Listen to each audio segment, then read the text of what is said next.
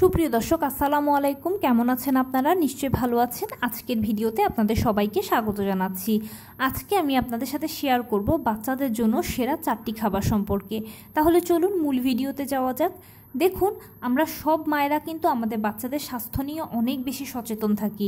আমরা চাই আমাদের বাচ্চা যেন সুন্দর স্বাস্থ্যের অধিকারী হয়, আমার বাচ্চা যেন সুস্থ থাকে। এখন বাচ্চা তখনই সুস্থ ও সুন্দর স্বাস্থ্যের অধিকারী হবে যখন সে নিয়মিত খাবার গ্রহণ করবে। এখন বাচ্চাদেরকে নিয়ে হচ্ছে মহাযন্ত্রণা। ওরা তো নিয়মিত খাবার খেতে চায় না। ইনফ্যাক্ট নিয়মিত কেন, প্রতি বেলায় খাবার খাওয়ানোটাও একটা মহা ঝামেলার কাজ হয়ে যায়। কোনো মতেই বাচ্চারা খাবার খাবেই না। আপনি যত অল্প খাবার নেন বা যেরকম খাবার নেন না কেন, সেখান থেকে সে হাফটা খাবার খাবে আর হাফটা খাবার সে নষ্ট করবেই। এটাই বাচ্চাদের ধরন। এখন এটার জন্য আমরা মায়েরা বিরক্ত হই, টেনশন করি যে বাচ্চা ঠিকঠাক মতো খাবার না খেলে তো পুষ্টিও পাবে না, কি করা যায়। বাচ্চাদের জন্য আজকে আমি সেরকম সেরা 4টি খাবারের কথা বলবো, যেগুলো যদি আপনি বাচ্চাকে নিয়মিত দিতে পারেন, যে কোনো প্রকারেই হোক, তাহলে আপনার বাচ্চার পুষ্টি নিয়ে আপনাকে আর কোনো টেনশন করতে হবে না। তো চলুন বলছি সেই সেরা 4টা খাবার কি। প্রথমেই হচ্ছে কলা। কলা হচ্ছে সুপার ফুড। কলাতে সকল ভিটামিন, মিনারেলস, ক্যালসিয়াম সব উপাদানগুলো বিদ্যমান রয়েছে। কলা খুবই সহজলভ্য, আমাদের হাতের কাছে সারা বছর পাওয়া যায়।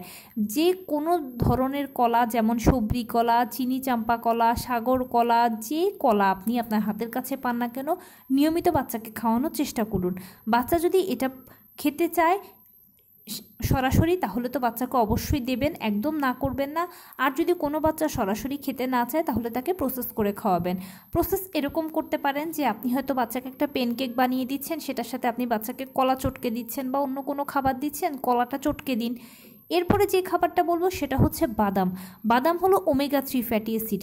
ওমেগা 3 ফ্যাটি অ্যাসিডকে শরীরের ইঞ্জিন বলা হয়। ইঞ্জিন ছাড়া যেরকম গাড়ি চলে না, তেমনি ওমেগা 3 ফ্যাটি অ্যাসিড ছাড়াও কিন্তু শরীর চলবে না। এই জন্য অবশ্যই বাচ্চাকে মুঠি মুঠি করে বাদাম খেতে দিন। আর বাচ্চারা কিন্তু বাদাম খেতে খুব পছন্দ করে। আপনার বাচ্চা যদি পছন্দ করে থাকে, তাহলে মুঠি মুঠি বাদাম খেতে দেবেন। আর যদি কোনো বাচ্চা সরাসরি খেতে না চায়, তাহলে বাদামকে গুঁড়ো করে এটা বিভিন্ন খাবারের সাথে মিশিয়ে খাওয়াতে পারেন। দুধ। দুধ হচ্ছে আদর্শ খাদ্য। সকল ভিটামিন, মিনারেলস, ক্যালসিয়াম দুধে আছে।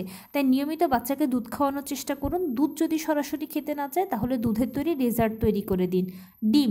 ডিমে কী উপাদান নেই সেটা বলুন। সকল ভালো ভালো উপাদানগুলো, ভিটামিনগুলো ডিমের ভেতরে আছে। নিয়মিত বাচ্চাকে একটা করে ডিম খাওয়ানোর চেষ্টা করুন। বাচ্চা যেভাবে খেতে চায়, সেদ্ধ হোক, পোচ হোক, অমলেট হোক, যেভাবে খেতে চায় সেভাবেই দিন। সরাসরি না চাইলে বাচ্চাকে ডিমকে প্রসেস করে দিন, ডেজার্ট করে দিন।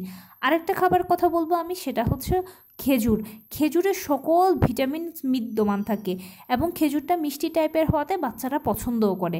আপনার বাচ্চা যদি খেজুর খেতে পছন্দ করে, আপনার বাচ্চাকে আপনি সবসময় খেজুর খেতে দেবেন।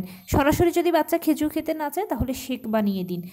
যেভাবেই হোক, বাচ্চাকে আপনি সরাসরি খাবারগুলো দিতে না পারলেও যদি সরাসরি প্রসেস করে দেন, তাহলেও দেখবেন বাচ্চা যদি খাবারটা খায়, তাহলে পুষ্টি নিয়ে আর কোনো টেনশন করতে হবে না।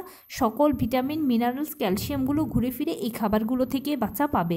তাই এগুলো বাচ্চাকে নিয়মিত দেওয়ার চেষ্টা করবেন। তো এই ছিল আজকের ভিডিও। কেমন লাগলো বলুন। যদি ভালো লেগে থাকে ও হেল্পফুল হয়ে থাকে, তাহলে প্লিজ লাইক, কমেন্ট, শেয়ার করতে একদম ভুলবেন না। আর সেই সাথে আমার চ্যানেলটিকে সাবস্ক্রাইব করার বিনীত অনুরোধ রইল। পাশে থাকা বেল আইকনটি ক্লিক করে দেবেন, যেন আমি ভিডিও আপলোড করার সাথে সাথে আপনারা নোটিফিকেশান পেয়ে যান। যদি কোনো প্রশ্ন থাকে কমেন্টসে জানাবেন, আমি রিপ্লাই দেব। প্লাস যদি কোনো পরামর্শ থাকে যে কোন বিষয়ের উপরে ভিডিও বানালে আপনারা উপকৃত হবেন, সেটাও জানাবেন। আমি আপনাদের পছন্দের সর্বোচ্চ প্রায়োরিটি দেব। ভালো থাকবেন, সুস্থ থাকবেন। আসসালামু আলাইকুম।